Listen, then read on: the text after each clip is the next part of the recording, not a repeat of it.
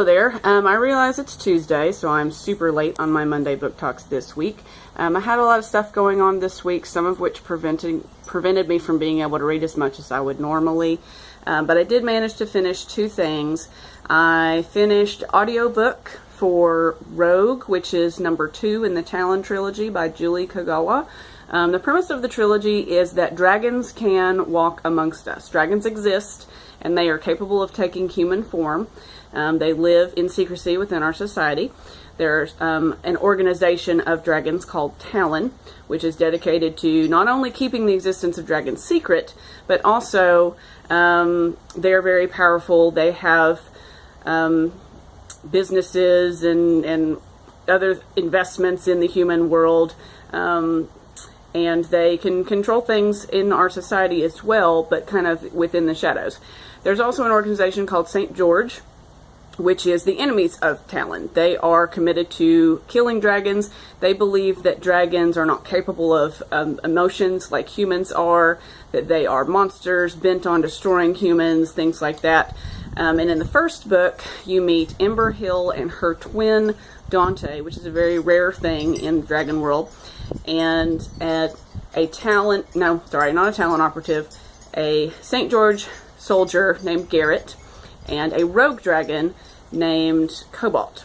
Okay, so you meet all these people in the first book, and in the second book, Ember has run away from Talon with the rogue and the soldier of St. George. Okay, so they are trying to figure out how to free other hatchlings from Talon, how to keep themselves safe from being attacked both by Talon and by St. George. So there's a lot of action. There is a pretty solid love triangle. So if you like those sorts of things, if you like dragons, if you like fantasy action, if you like love triangles, then you may enjoy that. We have both Talon and Rogue in print at the East Library, so you can check it out when we get back to school. I also read Passenger by Alexandra Bracken. This is the same author that wrote These Darkest Minds, that trilogy, so if you enjoyed that, you may enjoy this. This is a completely different concept, though. It is time travel and a lot of romance, okay? Like, that the romantic element is a pretty big part of the story. With that element of forbidden romance, the main character is in love with a person who was born at a different time. In this book, the way the time travel works is there are passages all over the world that go to specific time periods. So you just have to know where they are. And I don't think they pop you out at a particular date, just a particular year in a particular location. But only certain people know where they are and how to use them and have the ability to use them. And the main character, Etta, is a violin prodigy. She does not know at the beginning of the book that she has the ability to travel through these passages. She is, at the beginning of the book, she is doing a performance. It's not her debut performance. She was invited to give a performance at this museum, and once she starts playing, she starts hearing this horrible, high-pitched, screaming sort of sound that she doesn't know what it is, and she's compelled to go and find it.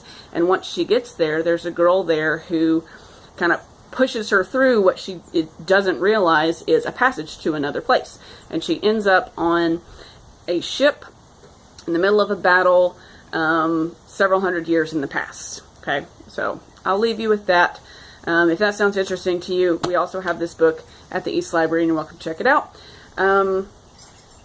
Another thing, I will leave you with this also. I'm afraid Pokémon Go is probably going to prevent me from reading a whole lot this next week as well. It is quite addictive. So if you are out there playing Pokemon, have fun, be careful. Make sure you don't do it while you're driving, because it's very tempting to do that, because Pokemon are on the side of the road and you see Pokestops and all that stuff. You drive, give somebody else your phone, and they can totally get all this stuff for you. That's what I did with my son earlier today, is I drove around all over town, and he had my phone in the back seat, and he was catching Pokemon left and right, and getting the items from the Pokestops and all that stuff. So just make sure you don't drive while you're using it by yourself, because you could get in a wreck and then no more Pokemon for you. So enjoy and be safe. and let us know what you're reading. We're about to be back to school. We've got, I think, 2.5 weeks left. So we'll see you. I'll see you next week, and see you in real life soon at school. So enjoy.